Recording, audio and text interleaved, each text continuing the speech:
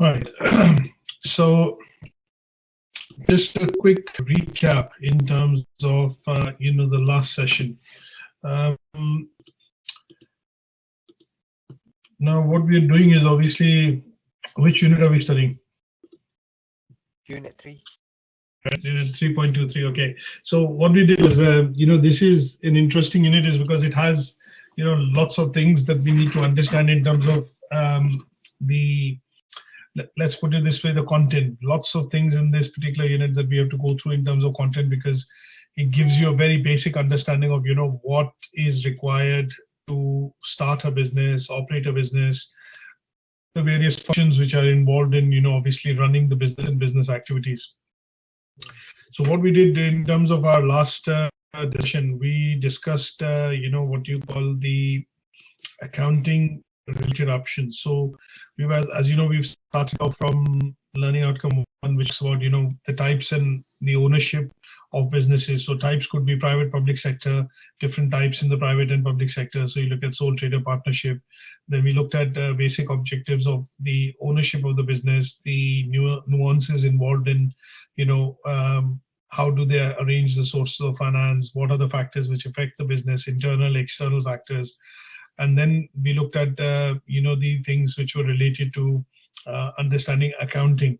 So we looked at basic, information related to how do we interpret financial statements, what are the key financial statements which a business needs to produce, why do they need to produce it. So for example, the registrations with Companies House, which means if it's a registered business, then you need to produce at least a balance sheet once a year and submit your accounts.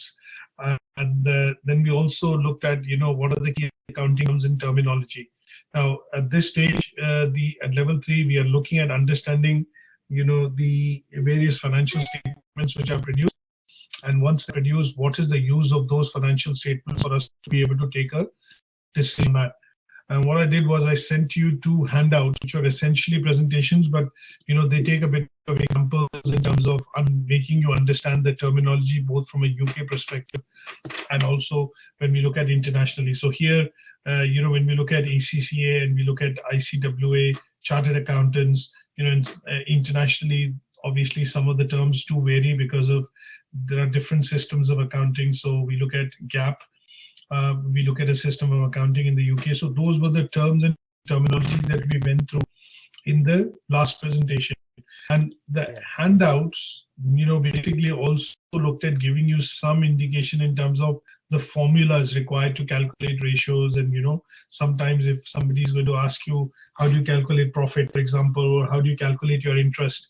An example here would be, if you take out a loan, then you need to be able to calculate yourself what is the rate of interest on the loan, and what is the principal and what is the amount that you're going to pay back, when you make monthly payments of the loan that you've taken out. So these at level 3 are meant to give you an understanding and start to build the foundations of, understanding of how and when money is managed or finances are managed in the business. What are the statements required to be produced?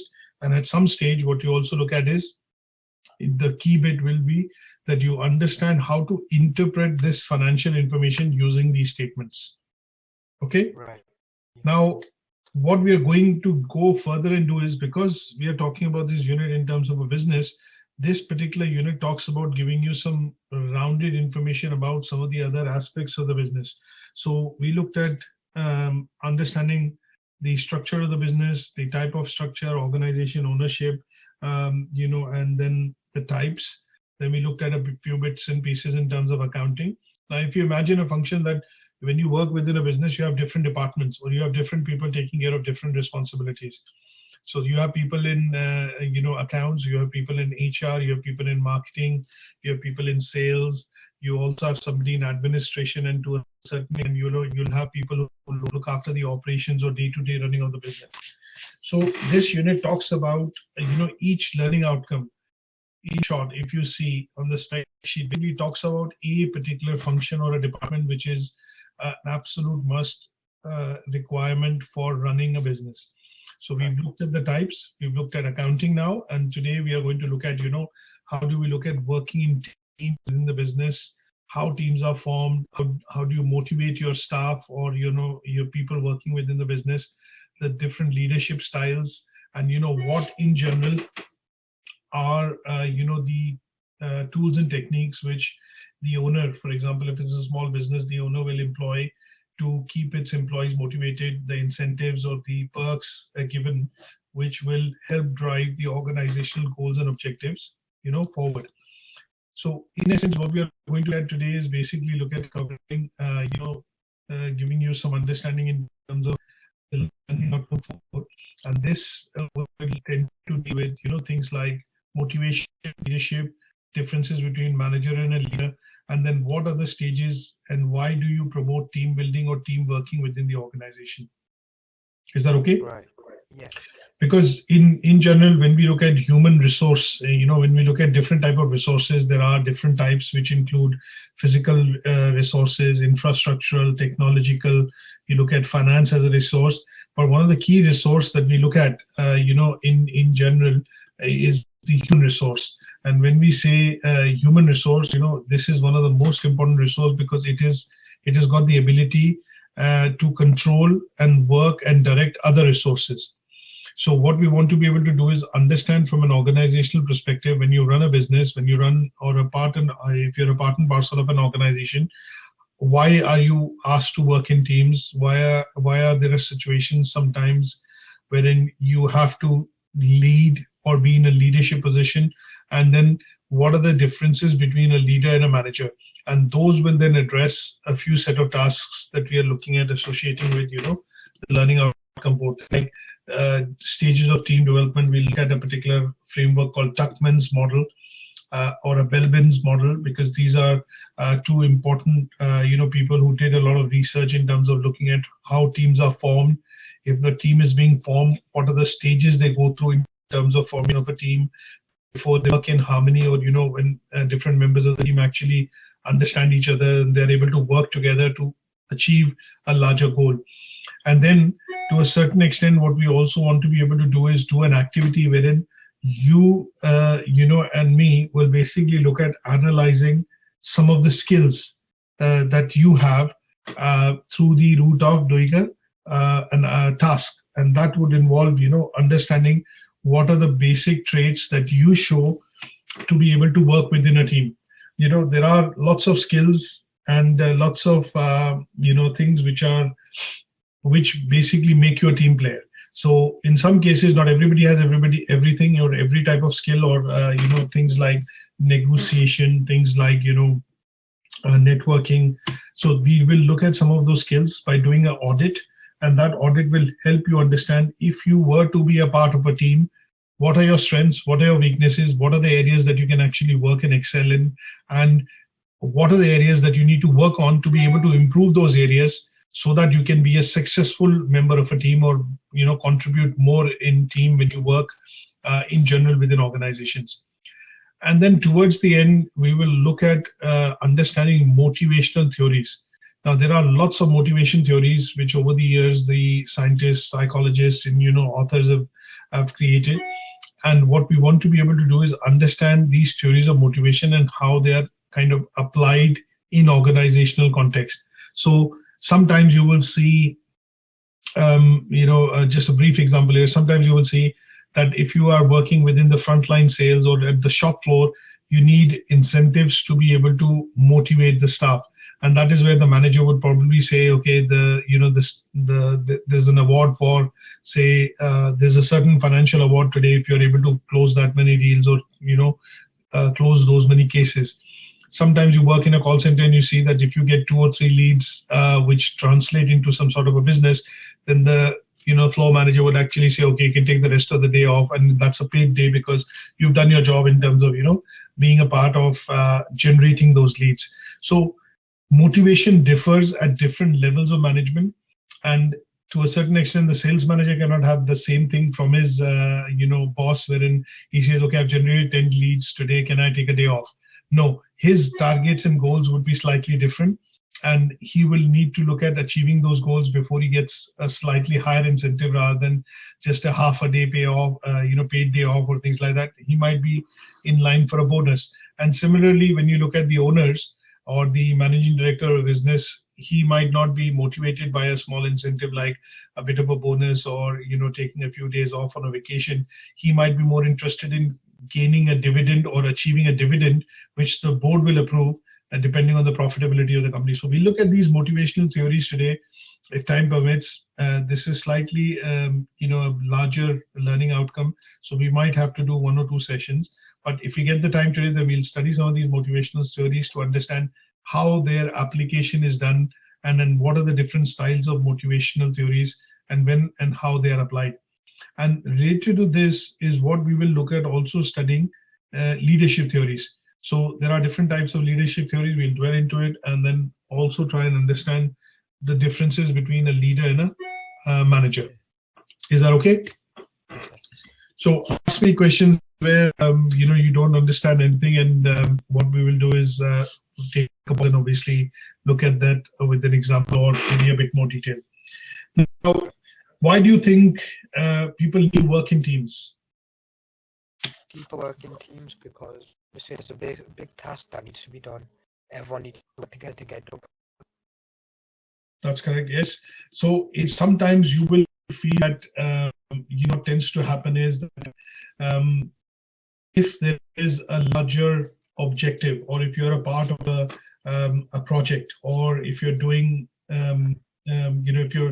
if in an organization that you work or you kind of manage, you've been given a task which is bigger than which requires a lot of participation. It is quite big, and assuming it requires different sets of people to be able to work to achieve that goal, then in that case, what tends to happen is you will see the managers or the owner of the business will basically put people into they will group them together into some sort of a working group or a working team, which will then take up smaller tasks, and as a whole they will try and accomplish a bigger goal or an objective. Now, somebody defined team as something called together everyone achieves more. Now, when you do certain tasks yourself, you have finite time and you will be able to complete that task over a given point in time. But if the same task is broken down across 3 or 4 members and you're given that task, then in that case, what tends to happen is that that task can be accomplished or achieved in a much faster manner, because it's been broken down into smaller tasks, and the sum whole of those tasks, smaller tasks, becomes the full task. Correct? Now, Tom Peters and Margaret Mead, they've defined team as that never doubt that a small group of thoughtful, committed people can change the world. Instead, it is only thing that has ever has. Slightly philosophical, but what she tries to say here is that, sometimes you would see a small group of people can actually achieve more and can, look at changing the world if they work together in unison. Tom Peters have defined it as, innovation is simply a group intelligence. That means if you work alone, you apply only your intelligence, but if sometimes you work within a group, then you are using collective minds to be able to achieve something larger. Now, teamwork is, in terms of when we say, sometimes you have to work in teams, because of the fact that in most cases, you're trying to accomplish a bigger job than which is suitable for one person. And that is the reason why sometimes you have to, be grouped together, or you have to buddy up with somebody. In some cases, they call it the shadow concept, wherein you have to work with, say, for example, somebody to be able to achieve, that goal or objective which has been set. Right. Now, in most cases, when you work within a business or an organization, you're looking at making the teamwork. As they say, 1 and 1 don't make 2, 1 and 1 makes 11. So when people work in teams, the idea is to make the teams effective. The idea is to make the people work together to be able to achieve more than what they could have achieved on an individual basis. So when we look at teams, what are the basic elements to make them effective? What are the basic elements of kind of forming a team? Now, when you form a team, you look at some objectives, and the objectives of putting people together to do a particular group, in a particular group, or do a particular task, is to look at making them work in unison so that they can achieve something greater. Now, elements to make them, when we say what are the parameters which will make the team effective is, you require good communication and social skills. That means you need to know where your work starts, where your work ends. You need to be able to be sensitive to understand other people's requirements, and have a bit of a boundary line or some sort of a social skill to be able to understand how people react to you or how they work with you. And in those cases, one of the key skills which comes across for people to work within teams is that they need to have good communication, so that you are understood clearly, and when somebody speaks to you, they understand clearly that what you're saying or what you mean. Sometimes when you work within teams, you have to show dependence, right? Now, dependence would mean that it's not something that you want to do everything on your own. You can't hold work, but what you are looking at doing is essentially ensuring that if in some cases you are human and there is a lot of work, you are under pressure, then what you can do is you can depend on your team member to be able to help you to complete that work. So the terminology is we rather than we use me, that I do this or I do that. But in a team, if you accomplish something, then everybody has played a part, big, small, it doesn't matter, but they've all played a role to be able to make that task or that goal happen. So there is a dependence, and that dependence is in a way promoted is because you want to be able to depend on somebody, and that creates confidence, dependability, and support, which allows you to achieve higher efficiency. Now, sometimes you will also look at that when people are put together in teams, they have shared goals, right? Now, shared goals would mean that typically you will see this in situations in various departments, is that if there are people with similar skills, managers tend to put them in the same team so that those skills can also be enhanced, but those skills bring in a similar sort of understanding when two people are working together. Sometimes you will also see that they put people with different skills into a team as well, because they feel that in this case, what will happen is that the person who does not have those skills with regards to the colleagues will be able to develop those, and there would be a bit of an interdependency which happens, and that would also lead to non-overlapping in terms of work. So Right. a typical example would be, say, if you worked within large, say for example, if you worked in retail, you look at that when they put together a team which works during night shift or merchandising or promotional teams, what they do is they put different people together from different departments. And the reason why they do that is that they want somebody to come across from a customer services perspective to see if the layout and everything is okay, and this is how the customers will approach it. Somebody who comes in from the merchandising team, some of them are basically from the sales team, and they put this together is because that would mean they don't overlap in terms of their responsibilities when they work together, but also can depend on each other to see the enhanced perspective of what is it from your point of view, what is it that from your angle that you are able to see that this is going to be much more presentable or much more effective in terms of display, or say for example creating a layout if required within a store. So we have different elements or parameters through which sometimes managers will put together people in a team. And one of the other key things that you look at is you will see that sometimes leaders and managers group people together because of the motivation level as well. And you'll get to hear terms like, okay, this team is quite passionate, or, this person is quite passionate. This person is very enthusiastic. He is very committed, hardworking. So what they try and do is when they try and create teams, they look at these motivational parameters and also put them together, so that what tends to happen is that you will see that these set of people actually work very well in a team, because they don't let the other person kind of slack or get behind, and they are able to pull them together, and as a team they are able to work together because they show different traits of working together in a team. Is that okay? Yeah, that's okay, sir. Yeah. So an example of motivation would be, just to look at example motivation, that would be the case that if there is a few set of people which have been put together in a team to look at, say, getting the store ready for Christmas promotions, right? Now, what they do is they get those people in, one, those who are willing to take responsibility, are voluntarily, coming forward to take some additional work or get, get paid for the overtime that they are doing. They will not want to put people together who are more content with 9 to 5 kind of job. They don't want to do overtime, and that would mean that they've been forced into this, and that would kind of lag the performance of the team. So in those cases, managers would normally say that, okay, if you're looking at taking some extra time during the peak Christmas hours, please put your name down on the board. And that is where he will then start to shortlist from that team, is because one, you voluntarily put your name in, which shows that you're looking at motivation of earning some more money during this peak period. And what he or she will at some point in time will do is, apart from looking at the willingness to take up the extra hours, they will then compare skills and traits and create different teams which will work at different times. And that would create a bit of synergy within the store to keep it up and running, and also to get it ready in time for the promotions. Isn't it? Yeah. Yeah. Now, in order to formalize this particular structure of understanding team and team development, how does it happen?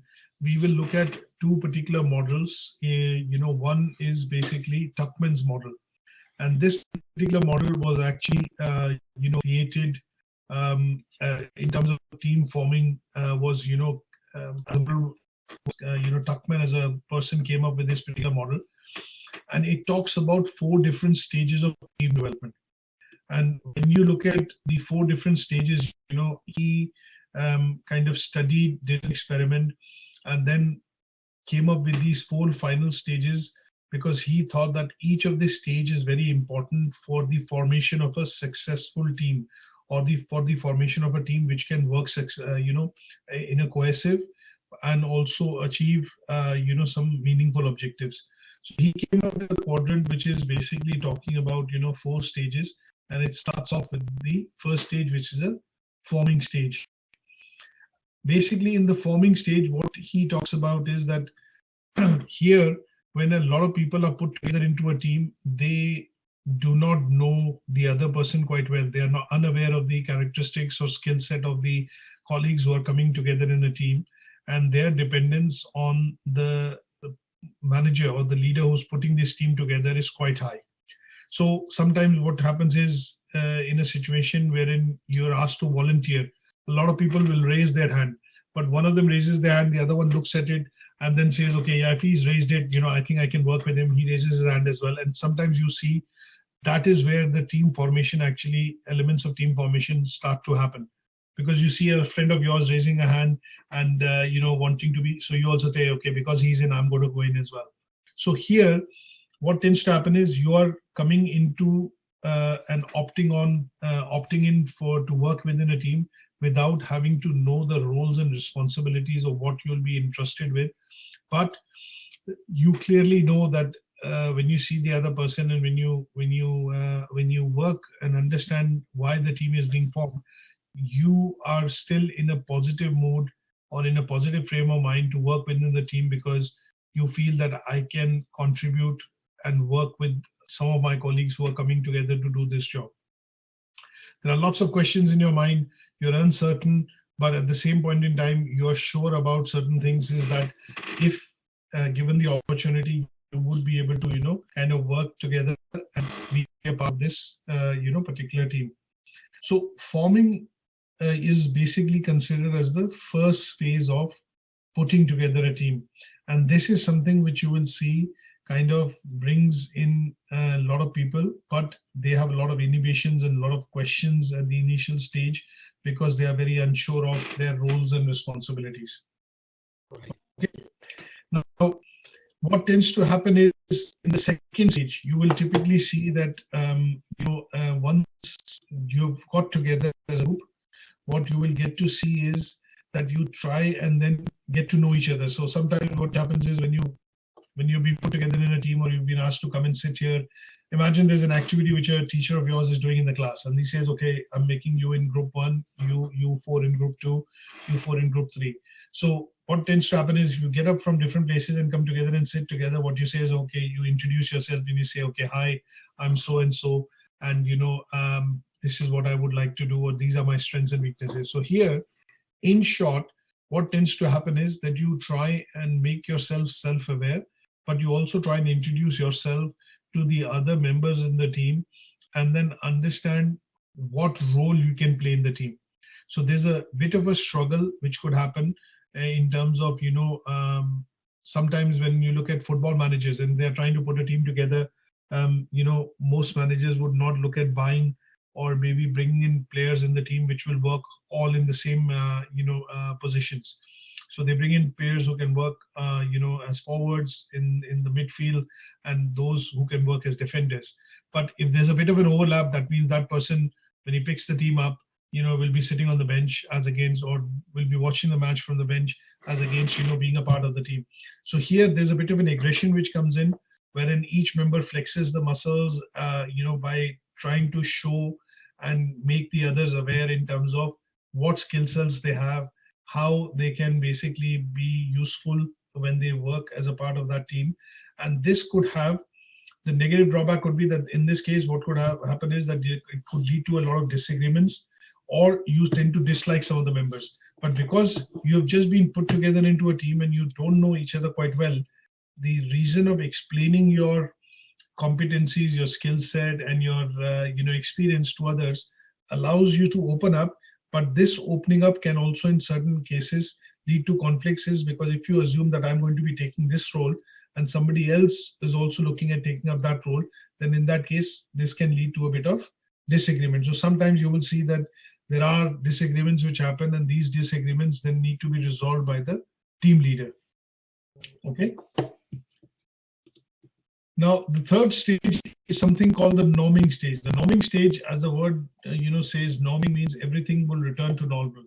So what tends to happen is people, once they have understood, interacted, they tend to accept their roles and responsibilities. And when they start to begin and accept their roles and responsibilities, they start to place a bit of trust in each other, because they know that they're going to be working together, and this working together has to be done, and they have to put their differences aside. So similarly, an example of a football team, a manager would put together, before the season starts, would put together a number of players into a team, and then he makes them practice in the morning, does a lot of practice sessions, practice matches, is to make sure that most of them are aware that you're going to be playing as a team. You're going to be playing in these positions.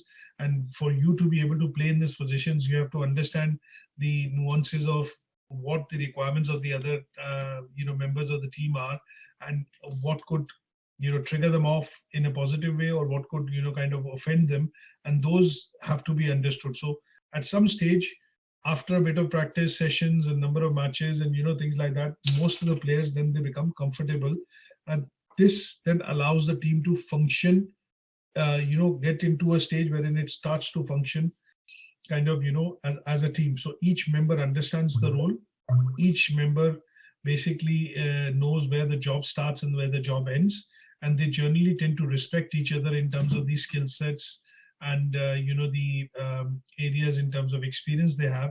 And here they are able to kind of normalize their relationship in terms of working together. Is that okay?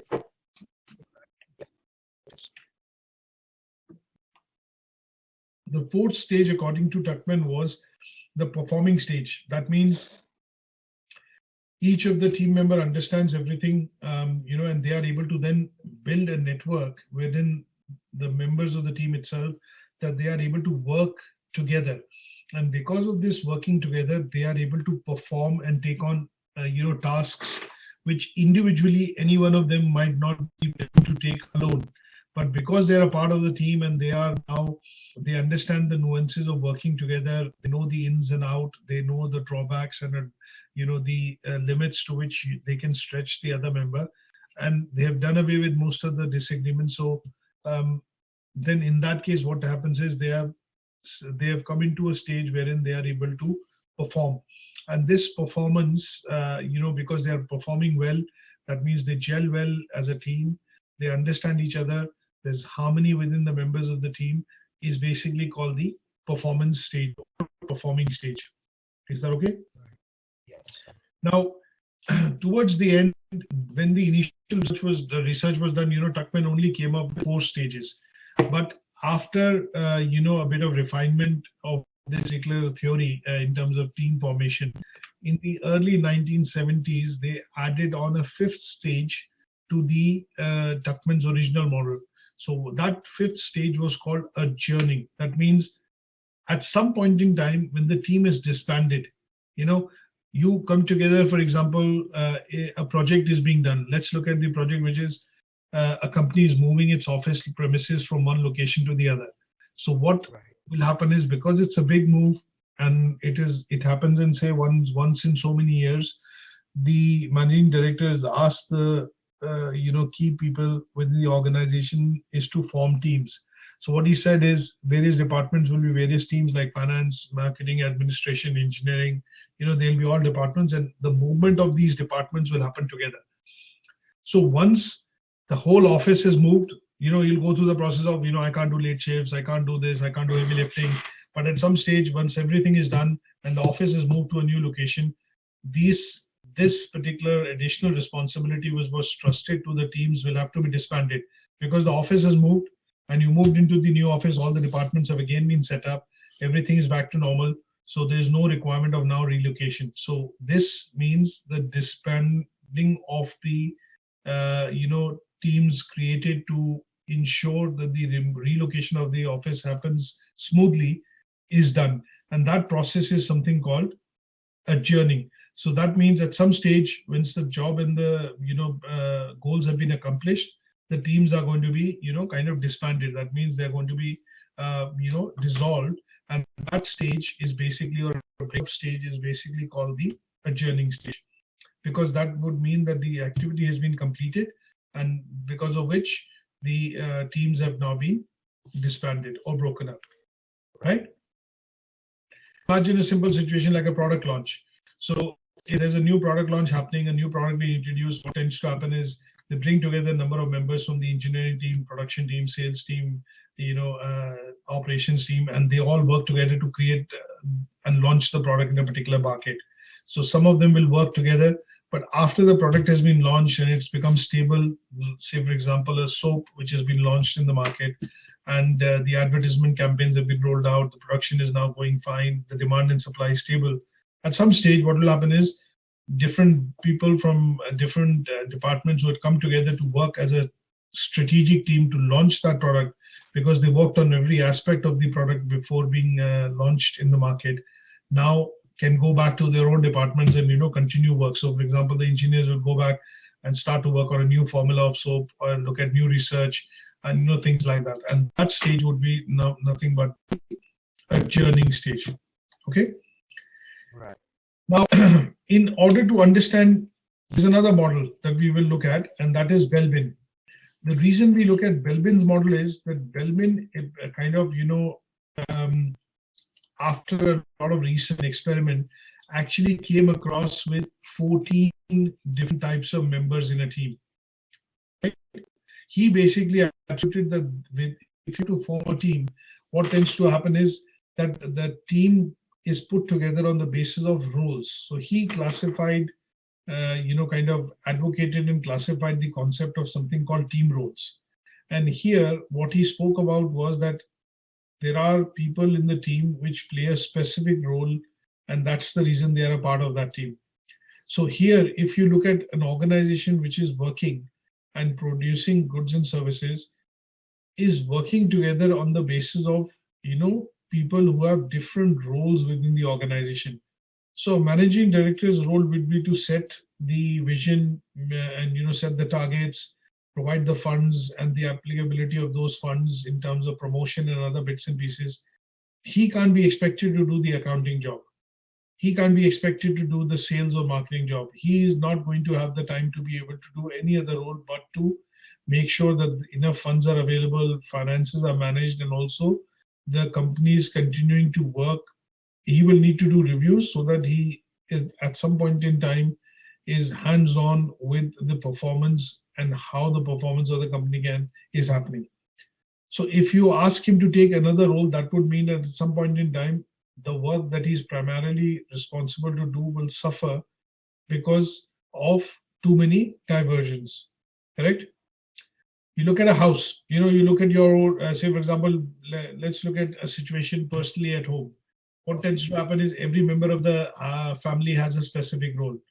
The wife, there could be people, both partners could be working, but when they get back home, they know that what they have to do. So the husband might end up, sitting down with the kids to do a bit of homework. The wife might sit down and, prepare the dinner and meals like that. And, they have different roles. So Belvin basically prescribed that if we have to put together a team, at some stage, all these different roles which are done with the team have to be identified to a particular person. And he came up with this concept of something called various roles. His classification was based on three different types. First was, there are going to be people within the team which are going to be action oriented. Okay. Yeah. The second is, there are going to be people in the team which are going to be people oriented. That means they will be more bothered about how teams work, what is the human resources factor, the organization and the behavior of the team, and things like that. And there'll be people in the team who will have a cerebral role. That means they will more so be specialists who basically come up with the idea or come up with the structure of how things are done within the organization. They will be the think tanks in a way. Okay. And then further classify those three different types of roles into 14 types, or 14 types.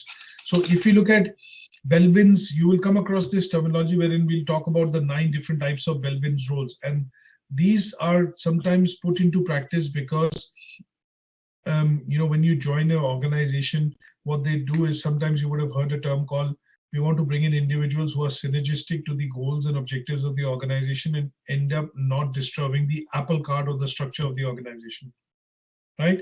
And the reason they do it is they want to understand what is the skill set that you have, what are the areas that you will be able to make contributions in, and what are the areas of weakness or areas which are gap areas in which you will require help, and they will buddy you up or team you up with such people wherein you are able to cover up those areas of cover up those gap areas, but at the same time not create a conflict within the group or the team that you're joining. So these 9 different types of roles which Belvin thought of, which are divided into 3 different categories, were put together to understand the contributions that you can make, and also the gap areas that you have which need to be developed over a point in time for you to be successful working within those teams.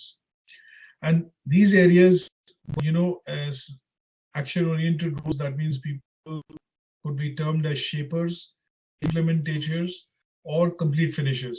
And when we look at the definition of these, what we'll see is people who come in and they want to take the job from start to finish would be called as something called complete finishers.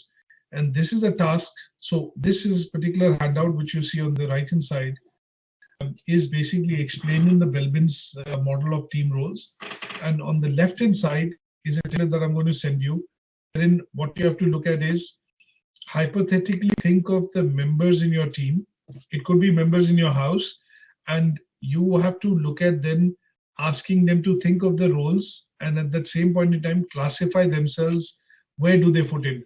Are they people who will fit into the shaper role? Are they people who are going to fit into implementer role? Are they people who are more interested in coordination?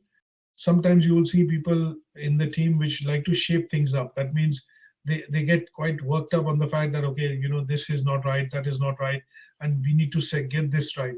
Those kind of things.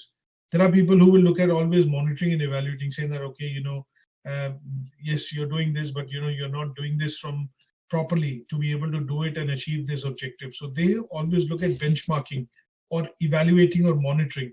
So, and in some cases, you will look at people who will just take orders very easily and say, okay, whatever job is given or entrusted to them, they will complete without asking much questions or showing much of involvement. And they will be people who will be working as team members. So they are interested in work, and they will straight away take the work on without asking much questions and get on with the work. Right? Imagine an outlet like McDonald's. You've been to McDonald's? Yeah. Yeah. Yeah. So in McDonald's, if I ask you to visualize, what are the different types of people you see working in different departments within McDonald's? Some people might be at the front till, some people be walking around serving, some people at the back. Absolutely correct. So if there is a drive-through, you will see some people taking orders there, some people at the tills who are basically serving, some people are, kind of completing these, orders which have been paid for. Some are involved in cleanliness, some are at security, things like that. So here, what tends to happen is you will see normally a person who's a manager or, a floor manager. If it's a big enough outlet, he or she will actually be directing most of the work. And in those cases, what you will tend to see is that person will tend to float around from one location to the other, or sometimes in the backside, sometime in the front, sometime helping the staff on the till, sometime going and speaking to the customer. Now, he is a person who's kind of looking at, more or less kind of shaping things up so that everything keeps moving along, orders keep coming, customers getting served, and things like that. There are people at some time he will say that, can you go out and clean that table? I think the customers are, can you go out and do this? And those people within his team who are working in that shift will basically immediately take that order and go and do the job or the task which has been asked of them to do. Sometimes you will see that there are people who are serving customers. They will serve the customer from start to finish. So they will probably take the order, also go and quickly get the various things which have been ordered, put it together on a tray and hand it over. So these kind of things, when you get to see in operation, you will be able to identify that these are different people working as a part of team, but they all have different roles at any given point in time. And that allows them, to work in a team without overstepping into somebody else's, area of work. And at the same point in time, they are able to produce results because they're working effectively as a team. And this particular area of how it is classified in terms of team roles was something which Belvin thought of, and he looked at two attributes. One, the behavior of the individual, of how the person behaves alone and when the same person is put into a team. And the second thing that he looked at was what is the skill set or the knowledge which the person actually brings if he or she is to be put into a team from a point of view of getting a job done. Right. Okay. So he looked at skills and the behavior. Skills could be, you could use synonyms like knowledge, experience, skills. That is one trait. And the other bit that he looked at was the attitude and behavior of the individual when they were put together into a team to work. And on the basis of that, he came across with 9 different types of roles. And he basically did this through an experiment, which basically meant that if you identify the skills and the behavior of the individual and put them accordingly into the team with the specific roles and responsibility, then you will see a larger success or larger achievement of goals happening within the team as against just putting them together through the Tuckman's approach. Right. Okay. So this particular thing that I'm going to email you is something that you have to think of. An outlet like McDonald's is a good example, and then think of it, and you think of what skills and behavior you have, and assuming if you were to work in a location or a job like at McDonald's, what would you come across to as in terms of your role, and how do you see other people coming across in that particular role? Okay. It's just an activity to get you to understand the different types of Belvin roles, basis, the behavior, and the skill sets when we put together a team. So it's a framework you need to understand so that you're able to, given the opportunity in the future when you put together some sort of a team, you will be able to understand, judge people, pick up their traits, look at their skills, and then evaluate it and then put them together so that they are able to work effectively and work collectively to achieve an objective. Is that okay? Yeah, that's fine. Now there are lots of things we define when we look at when we look at strong teams. So sometimes you will see when we see different kind of let's look at a television, when we look at TV in particular, and you look at different programs which come in, sometimes you see programs wherein you have to work together as a team, right? When you see a particular program, you see sometimes I'm just trying to think of one in particular wherein have you seen the program called Crystal Mage? No, sir, I haven't actually. Right, okay. There's a good program which comes on, I think, BBC 3 or 4 over the weekends, and that program it was very popular. It's restarted now with a different host, and it is called the Crystal Mage. Here, what tends to happen is a lot of companies send their people as a group or as a team to participate in the program, and they take the host actually takes them through different types of tasks. Some of them are physical, some of them are mental tasks, some of them are tricky tasks in terms of they have to work together as teams to be able to win a crystal. Now, when you put teams together, what you're trying to do is you're trying to focus on a fact that when you're putting this team together, the team leader knows exactly the other his team members' skills, strengths, weaknesses, and gap areas. And because that person knows that these are the constraints or these are the things that I'm going to work with, they set team goals accordingly. And the reason why, when you look at teams are formed, the teams are formed because they tend to focus on certain jobs which have been given. The reason why you've been put together in a team is that there are some larger objectives that you have to work on and accomplish for the for the organization to move forward. So normally when teams are formed, they are always goal oriented. You are put together into a team because there's a larger goal that needs to be achieved. Always the teams will have some sort of a structure. That means you will clearly know who's the team leader, who's the person that you need to approach when this happens or that happens, and whether you're a team member, depending on the type of role that you identify. If we look at Belvin's framework, then you know clearly your roles and responsibilities, where your work stops, where your work ends, what do you do in terms of this situation, so you clearly know your role. And sometimes you will see when teams are formed, there are timelines also put into place. And these timelines are put into places because of the fact that the whole idea of having the team was to, achieve a particular objective in a specific time. So they are normally formed when you will see that, the team being formed will also have some sort of a task being given, and that task is time bound. Okay. Right. Now, in order for teams to work, what tends to happen is you will have certain traits or characters which every team member has to show or have. One is, in order for you to be fundamentally a part of a team, you will need to have trust in your team member. Sometimes when you look at teams which go and look at certain physical tasks, like say for example you're going to climb the Mount Everest. Now the team goes together to be able to climb Mount Everest. So you need to have absolute trust. When you pass on that hang line to your colleagues, saying that okay, trust in me, and then they have to have that basic trust to be able to take up that mammoth task of maybe climbing the Mount Everest. So a similar thing would be when you're working together in a team, you have to trust members, or when you entrust a particular job, you have to be 100% confident that okay, the job that I've given to my colleague will be completed. Don't worry about it. Right. Sometimes you will see the members of the team have to have the ability to be able to coach. You remember the whole aspect of putting a team together.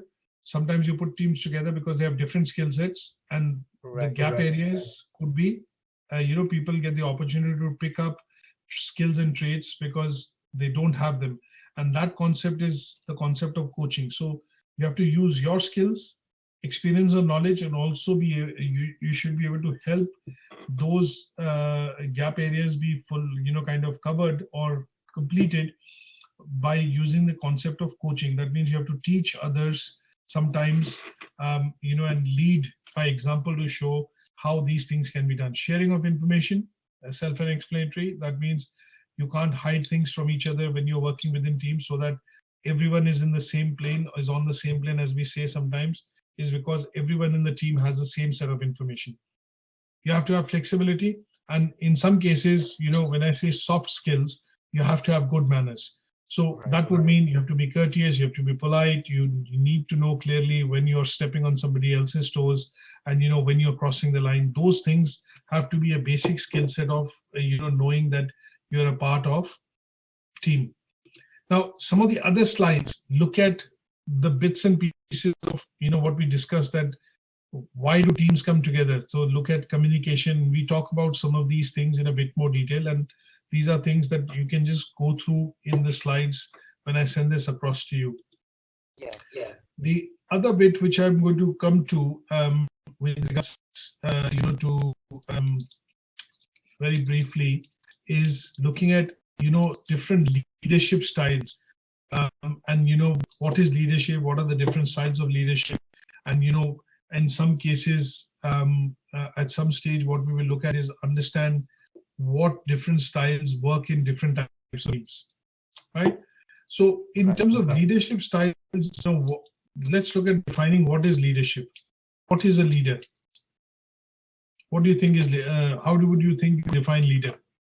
A leader is someone who leads a team, tells them what to do. So that's correct. So leader could be defined as somebody who enjoys a reputation, enjoys respect, somebody who is able to influence people to move in a particular direction or do a particular work, or has the power to influence people to work towards a particular objective. So that would be something which I would say is leadership. So for example, people who have the influence or the power to influence people to be able to achieve something together in a group would mean that that person has or can be a leader and has the skill which is called leadership. Is that okay?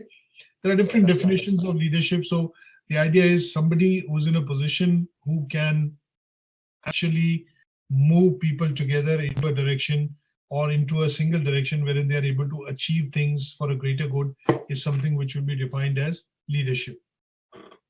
Now, coming to, there are different types of leaders that we look at. Now, when we say there are 4 different types of leaderships, we have a quadrant where, typically there are different types of people who can show different types of leadership. And when we look at that, what we talk about is 4 different types. One is people who are more or less autocratic. That means they will probably start with this first. So, for example, they are more autocratic. That means in this side of this type of leadership, what they're going to do is they lack flexibility. That means they're going to be very stubborn. They're going to be thinking that what I say is always correct. Their idea is something which needs to be taken forward. They do not believe in delegation. They believe in absolute kind of let's put it this way. They believe in something wherein you need to follow them to the core. And that style of leadership is called autocratic leadership. So some of the traits which these kind of people show would be they lack flexibility. They always want to be in control of the situation. They are quite demanding. They always like the carrot and stick approach. That means if you do this job, then I can reward you with this. If you do that, you can earn this bonus. But they always look at input and an output kind of a situation, or a binary and a static kind of a situation. They look at that zeros and ones. So if you are able to do it, you're good. You're a part of my team. If you're not, then you're not a part of my team. Or they tend to look at things from a 0 and 1 perspective, and they are more focused on productivity. So here they are focused on something which is to achieve the task. They singularly look at the achievement of the task or the goal which has been set, and that is a definition of how you would define a person as autocratic, right? Right. Can you think of a situation or an example where you normally see autocratic leaders or people in such position who show absolute authority? Well, there's some managers. Yeah. So let's look at sectors, industry. Can you think of, say, for example, the armed forces, wherein if a general is to give a command or the commanding officer is to give a command, then everybody has to follow. There, they're the armed forces, army, for example. Yeah. The sergeant. Yeah. Yeah, that's correct. The sergeant. Yeah. So when you look at that, basically, if the sergeant is to give out a command, then everybody has to follow, and that is where you kind of tend to see autocratic leadership. But you can also see autocratic leadership in organizations wherein those organizations are absolutely focused on, productivity, which is to say that car manufacturing, for example, when you look at they run 2 or 3 shifts, the production or the floor manager is responsible to ensure that these many cars are assembled and delivered from the production floor in every shift. So there, most of the team members know their responsibility. When the car assembly is happening, somebody's installing the engine, somebody's installing tires, the interiors, the glass screens, and all that.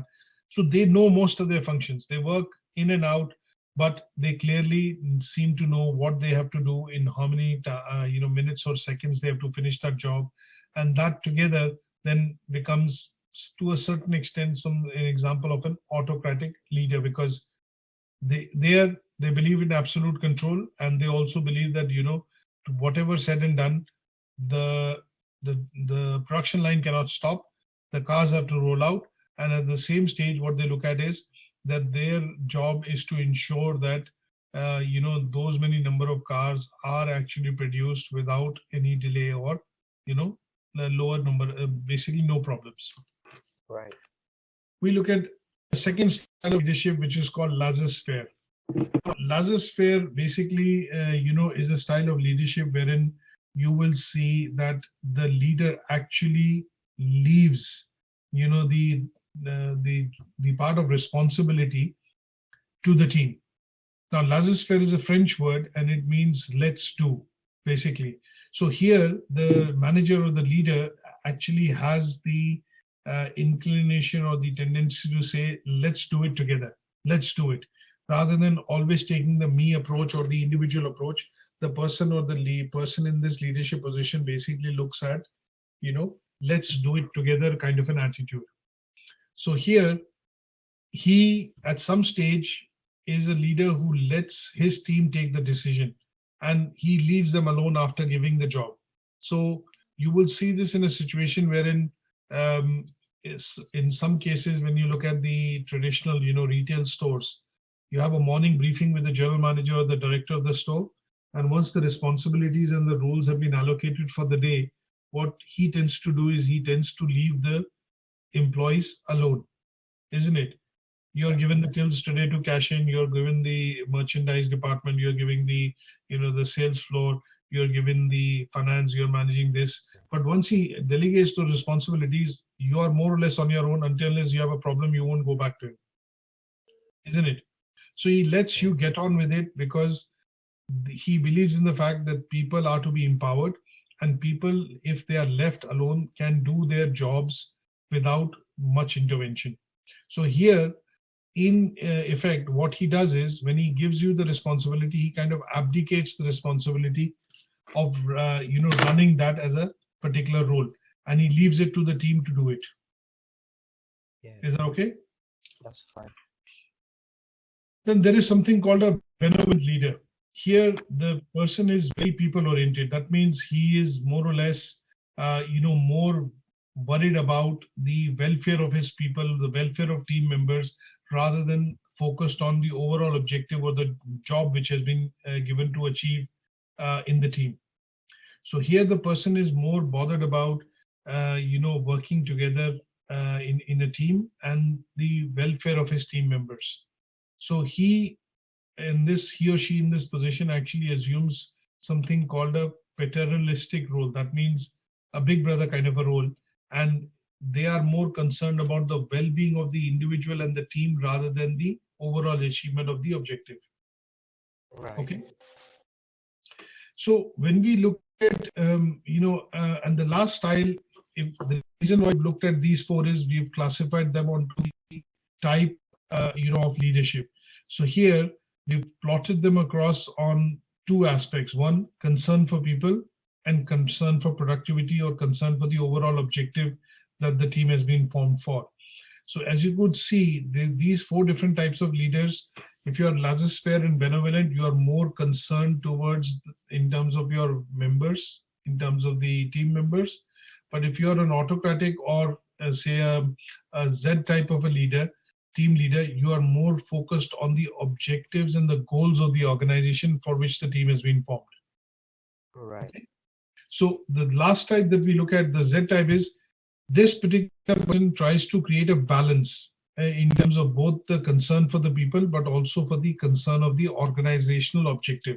So if we see this as a, you know, as a we plot these as a trait on the X and Y axis, what we will see is the concern for production and the concern for people is the base for these two members, benevolent leaders and team members.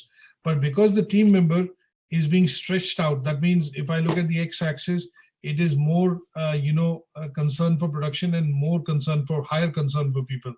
So this particular person is more of a democratic leader because they are able to balance the aims and objectives which the team has been put together for, which is by the organizational objective, and also looks after the team members of the organization so that we don't, he has that objective of we do not burn ourselves out in trying to achieve the task which has been set. So he creates a balance as a democratic leader. He creates a balance between the concern for productivity and concern for people. He's the ideal leader who's able to build, the consensus in terms of people coming together to work within the teams, and also to a certain extent, he approaches everything from a point of view of having a bit of a, say a bit of an authority, but at the same time looks at carrying out the, the tasks given to be able to achieve the objective. Is that okay? Now, when you look at, and I'll give you a simple example here. So when you look at, say, for example, the difference between a CEO and the difference between a COO. Now, CEO is Chief Executive Officer. So he is the person who has the supreme responsibility to drive the organization forward, or, set the objectives of the organization. And the Chief Operating Officer is the person who manages the day-to-day operations in the organization. The CEO is more strategic, long-term, 12 months, 18 months, 36 months, 5 years. And he is dealing with more the board, the investors, looking at managing expectations and also driving the vision and mission of the organization, driving it forward in terms of setting the goals and objectives every year to achieve this target or this profitability, this much market share. But when you look at the Chief Operating Officer, this person works more internally within the organization. The CEO works more externally within the organization because he's the face of the organization. But the COO works more with colleagues internally. That means he knows and he works with lots of different departments. He sets the goals and objectives, breaks it down from the organizational goals to departmental goals to individual goals or managerial goals.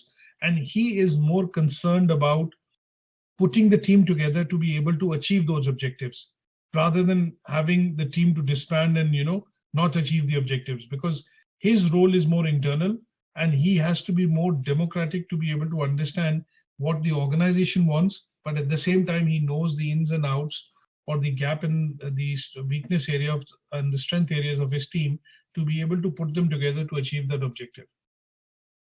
Okay? Right. Yes. So if you look at positions within the company and the roles people have, you will be able to see that sometimes you're able to classify them according to the leadership position that they are in. So COO, or somebody who's a vice president, depending on the structure of the organization, you'll have a president who is like a CEO and a vice president or a director of operations who manages the day-to-day operation. And that person is more going to be in the democratic role. Is that okay? He looks out both for his people and he also looks out for the overall achievement of the objective of the organization. All right. Okay? Yes. Now, we can also, at a certain stage, classify leadership. These are modern concepts of leadership, right? There is a traditional concept of leadership also, and leadership as a concept has evolved over the years. And this is something I think we'll look at in the next session, is because you need to understand a bit of history before we look at, the traditional leadership theories and the modern leadership theories. Okay, Right. I'll cover that along with the motivational theories in the next session. Now, just to end today's session, let's understand what is the key difference between a leader and a manager. Right? Now, Right. I've just explained you very briefly the role of a chief operating officer, COO, and a chief executive officer. So if you visualize these three roles and see, a manager is focused on the present and a leader is looking towards the future. So when I looked at the CEO, they are more looking at the overall operations of the company in 12 months, 18 months, the profitability, the market share, and they tend to be more strategically aligned to look at managing expectations outwardly of the organization, investors, the boards, the shareholders, things like that. Correct? Correct. Right. So Correct. they seem to be in what kind of position? Can you ask that again, please? Sorry. So, for example, if you have to say, can you classify or identify, is CEO more of a leader or more of a manager? A CEO, I think, is more of a manager. Okay, and COO? He'd be more of a leader.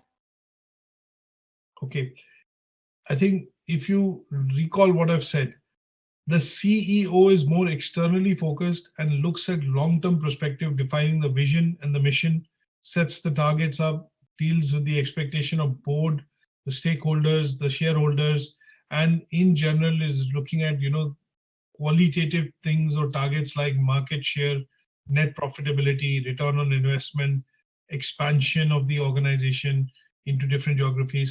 So is that person more in the leadership orientation or more in the managerial orientation? Leadership. Yeah. So the reason we say leadership is because he is not too involved in the day-to-day operations of the company. But whereas you Right. look at this chief operating officer, he is more or less involved on a day-to-day basis in the operations of the company. So let's look at an example of Steve Jobs, right? Steve Right. Jobs and Tim Cook. Before Steve Jobs passed away, Steve Jobs was the CEO. So he was more bothered about creating new products, bringing in new types of innovations into the business. And Tim Cook was managing, say, for example, when the iPhone was introduced, Steve Jobs introduced the iPhone. It was a revolutionary product he thought of. He worked, with his team internally to create that product. Once the product was created, it was left to the chief operating officer, Tim Cook, who's the present CEO, to try and drive scales of economy, production, manufacturing, and, ensuring that the launch is happening in different countries and the availability of the product is there. Are you able to visualize the difference between the two roles, the two different Yes. people? Yeah. Yeah, I've begun to now. I would probably see, to a certain extent, don't get me wrong, but to a certain extent, you can see both of them in a manager position and both of them in a leadership position.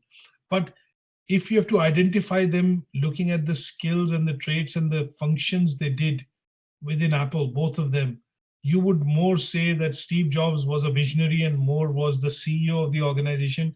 And you look at Tim Cook, when Tim Cook was, the chief operating officer, you only heard, about Steve Jobs because he was an outward face. You never knew most of the other middle management staff people mostly knew or bought products because they were influenced by, the vision that he had created. Right. Correct? That's correct. Yeah. So these are the differences that you look at when you look at managers. So managers are short-term focused. Once the product has been created, he was more focused on ensuring that the availability of the product is there. There are no defects in the product. The products are manufactured to the highest quality.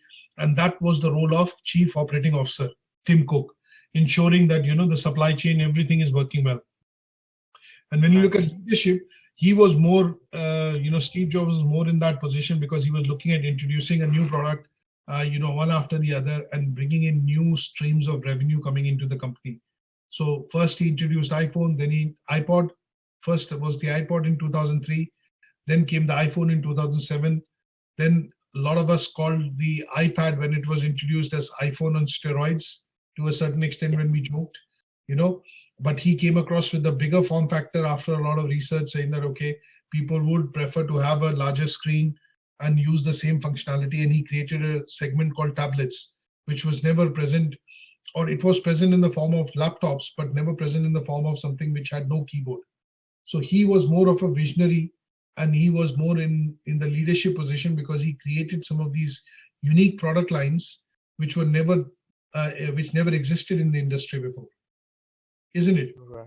Yeah. So an example here would be, if you try and visualize the roles of different people within the organization, you will be able to classify them as managers or as leaders. And here, some of the characteristics are kind of summarized on the table that you see. Managers are focused on present. They prefer stability. They tend to be short-term oriented because you're looking at the production of the new iPhone ramping up, and availability there in different countries. And once it is available, then it becomes a new one, kind of a run-of-the-mill product, and then the team starts to work on the other side of the product, wherein leadership comes in. So they are working on other products to be able to come out from the Apple stable, because they know that they're too much dependent on the iPhone as a product in terms of driving revenues of the company. So you will see these characteristics and traits which people will have or show, and they tend to be leading them towards a particular type of role within the organization. And sometimes you will see a leader can also be a manager, and a manager can also be a leader. So roles are interchangeable, but in most cases, you will see that when people pick teams, they pick teams to manage them well. And in some cases, when you're working on a new product, like when you look at Tesla as a company, right? Elon Musk, correct? Right. You heard of Tesla? So when you look at Tesla as a company, you look at Dyson, Sir James Dyson.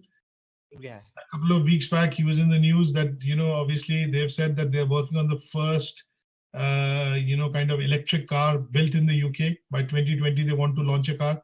So he is more of an inventor, more of a visionary, and he's more in a leadership position. But what he's trying to do is he's trying to bring in new product lines into the company. Some of the Dyson products are very revolutionary. They are very iconic because they kind of they buck the industry standard, Yeah. some of the things that they've introduced. So when you look at studying and understanding teams, you will see that some of these people are also good managers, but when it comes to showing leadership traits, they are also very good leaders because they're able to balance the requirement of their staff and employees, and also keep them motivated to be able to work for the longer term objective of the organization. And that is why these leaders tend to be very, very successful. Right. Okay. So I'm going to stop here for today. And what we will do is, after this, I'm going to send you a copy of this presentation and the two handouts for the Belvin roles and the Tuckman role. Okay. Great. And then what I would expect you to do is do an exercise by completing this particular table to understand, what are the different kind of roles which are present within an organization. Yeah, definitely. Is that okay? Yeah, that's perfectly fine. No worries, Qasim. So I will catch up with you next week, and what I will do is email them to you shortly after the session. And at the same point in time, my suggestion would be that if you start to look at